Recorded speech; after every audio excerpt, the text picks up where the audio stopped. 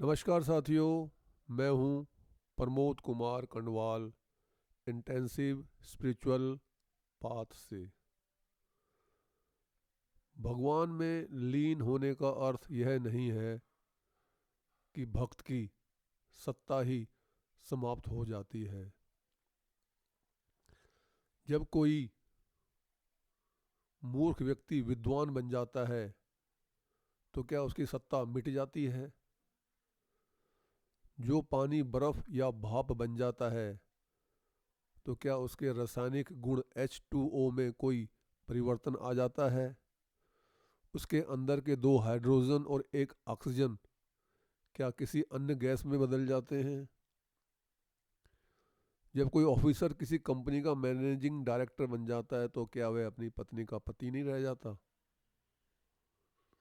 भगवान में लीन होने का अर्थ है कि हर समय उनके ध्यान में रहना, उनके गुण हमारी दिनचर्या में इम्प्लीमेंट होना, प्रत्येक कार्य में भगवान को शामिल करना, प्रत्येक कार्य की समाप्ति में भगवान का आभार व्यक्त करना, कार्य तथा स्थान दोनों को भगवान का ही स्वरूप समझना। जीवन मुक्त होने के बाद भी जीव परमात्मा से अलग रहता है, उसका अपना अलग अस्तित्व बना रहता है। मैं जीवन मुक्त हो गया हूँ, दूसरे नहीं हुए, यह भेद उसमें रहता है। यदि उसके अंदर ये भाव हो कि सभी जीवन मुक्त हैं तो फिर उसके अंदर दूसरों के बंधन का वहम आता है। तलवार पारस के संपर्क में आकर जब सोना बन जाती है तो भी तलवार की धार और उसके आकार नहीं बदलते, बल्कि धातु बदलती है। यानी तत्व ज्ञान होने पर भी अपनी सत्ता का नाश नहीं होता, बल्कि अपने जड़ चेतन की ग्रंथि का नाश होता है।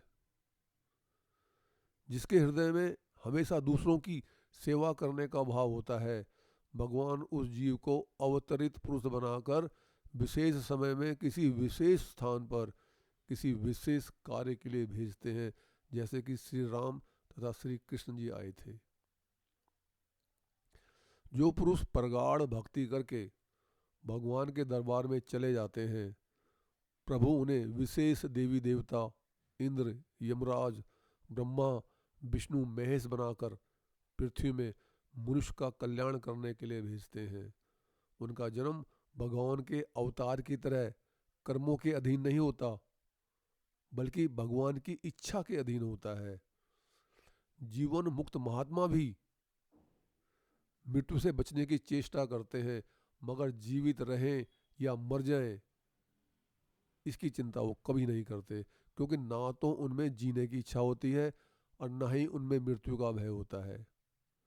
उनके अंदर बिना इच्छा और बिना भय के ही जीवन जीने की चेष्टा होती है। जैसे नींद में मच्छर यदि काट ले तो हाथ अपने आप ही वहां पहुंच जाता है।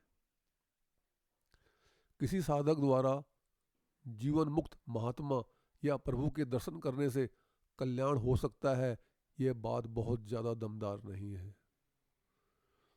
दुर्योधन भगवान श्री कृष्ण को एक चालाक आदमी समझता था, तो उसको चालाक आदमी के ही दर्शन हुए, भगवान के नहीं। रावण श्री राम जी को मनुष्य ही समझता था, तो उसका उद्धार कैसे हो सकता था? कल्याण होने में भाव की मुख्यता है। यदि उनका भगवान जैसा भाव होता तो उन सबका भी कल्याण हो गया होता, चाहे उन्होंने कितने ही गलत कार्य क्यों ना किए होते। कल्याण में आवश्यक है सत्संग, सेवा और नाम। भाव जिनका विशुद्ध है, मिलते हैं उन्हें भगवान। यदि आपका संदेश ज्ञानवर्धक तथा उपयोगी लगता है तो आप चैनल को सब्सक्राइब तथा वीडियो को लाइक, कमेंट और शेयर भी कर सकते हैं, ताकि प्रतिदिन रिलीज होने वाली सभी वीडियो का नोटिफिकेशन आपको मिलता रहे। गुरु भगवान सबका कल्याण करें।